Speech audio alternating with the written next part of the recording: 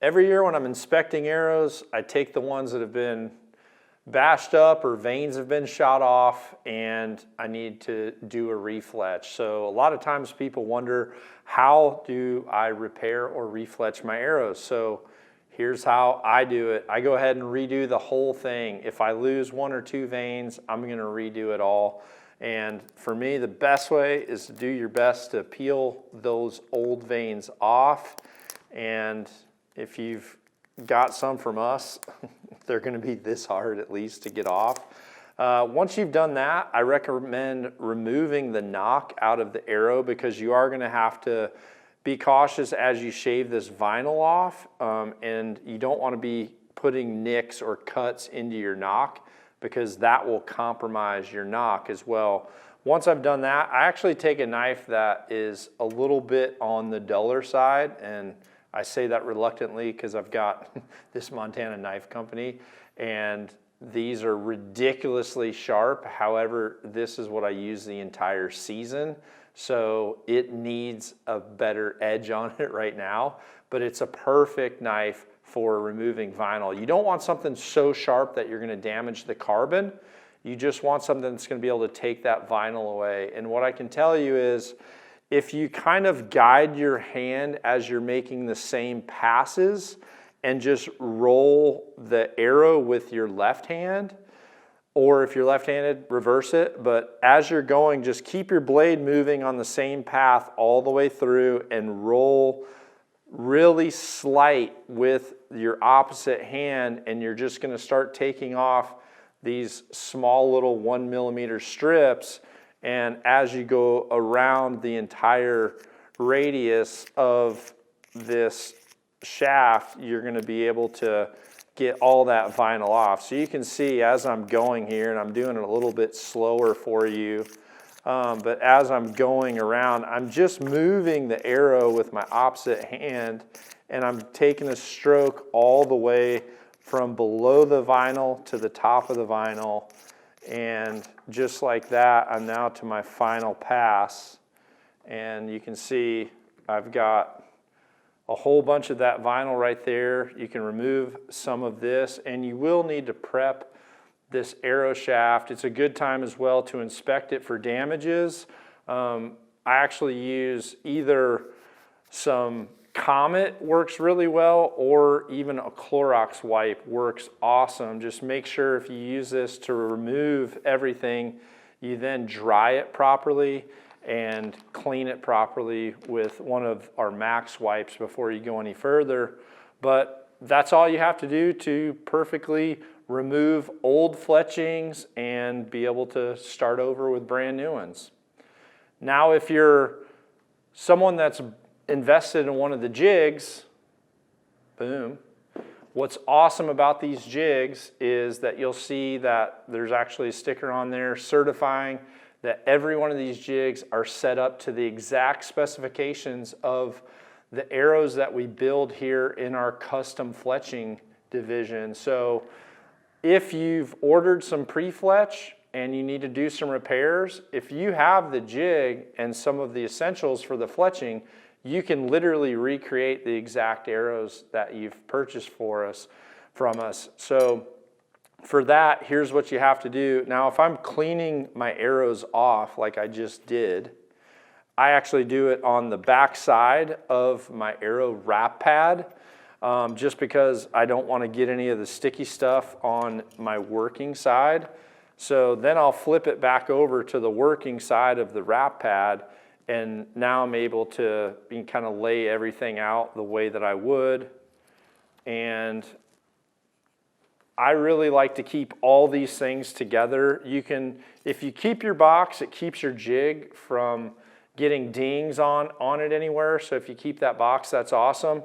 And you know, you can put these accessories in that box as well. Since I just wiped down that one arrow shaft, I'm gonna dry it off a little bit here first, and then I'm going to clean it one more time with the wipes, and from there I'm going to go through the process of fletching this arrow, which is noted on the wrap pad. Number one, clean your arrow shaft and vanes with recommended cleaner. Check. We got that done.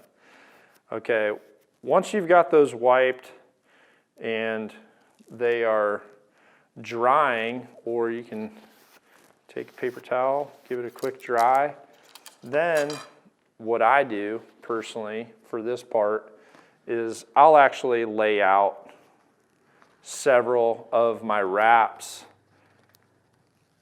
just like this in a line.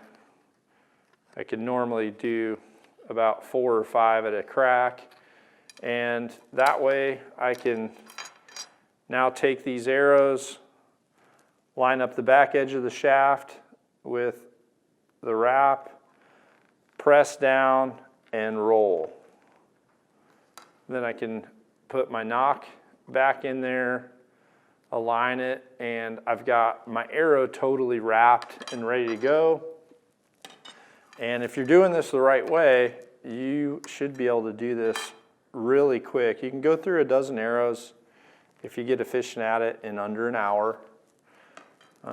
And it's kind of a cool little thing to do, to learn to do this yourself. We do have some videos showing this complete process in detail if you need that, but just to give you the Cliff Note version, we've now stripped it, prepped the shaft, made sure it's perfectly clean, applied new vinyl, and now we'll go ahead and I personally put in 2 vanes like this. I prep them with the primer pen.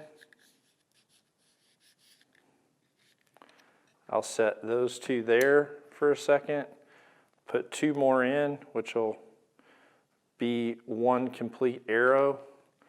You don't want to primer too far in advance. The primer works the best when it's close to using time, and from there I'll put my vane in the clamp, set my arrow in here. Again, this is preset for a 4-fletch, so you can see it's set for a 4-fletch. I will turn the arrow a little bit so that my vane is going between the wording, and I also have this to where the back edge of my vane is right on that predetermined line that we gave you. So once you've done that, you'll make a small bead of glue. Less is more, but you do want to have no voids. You want to have an even bead all the way through. I just kind of dab it to make sure it's all the way around. Then from there, make sure your jig is clicked into the proper spot. I go down to the bottom and touch and slide it over just like that. Give it a little hold for about 20 seconds and you're already ready to move on to the next one. So just to show you these next ones here, full speed, I'll show you, run my line down the vane, make sure it's even, slide it on, hold it for about 10 or 15 seconds, let it off, turn it, go to the next one. So you can see I'm already halfway done with repairing that first arrow since you guys tuned into this video. And this is something that you really want to make sure that you do on a regular basis. One of the easiest way to get injured in archery is to shoot a damaged arrow, and by being able to do your own arrows and inspect them, and when you see something that possibly has been hit or impacted, you can take that vinyl off, inspect the arrow shaft, make sure all's good, and then you can re-fletch it easy enough. It's cheap enough to do it. It's really does not take much time. Put that on there. We're good. I don't have any Q-tips close by, so I'll fold this and I'm just gonna go between each vane like that, and voila. We are back to square one. Now all I need to do is complete these other ones, tip it and tail this arrow, and we're good to go.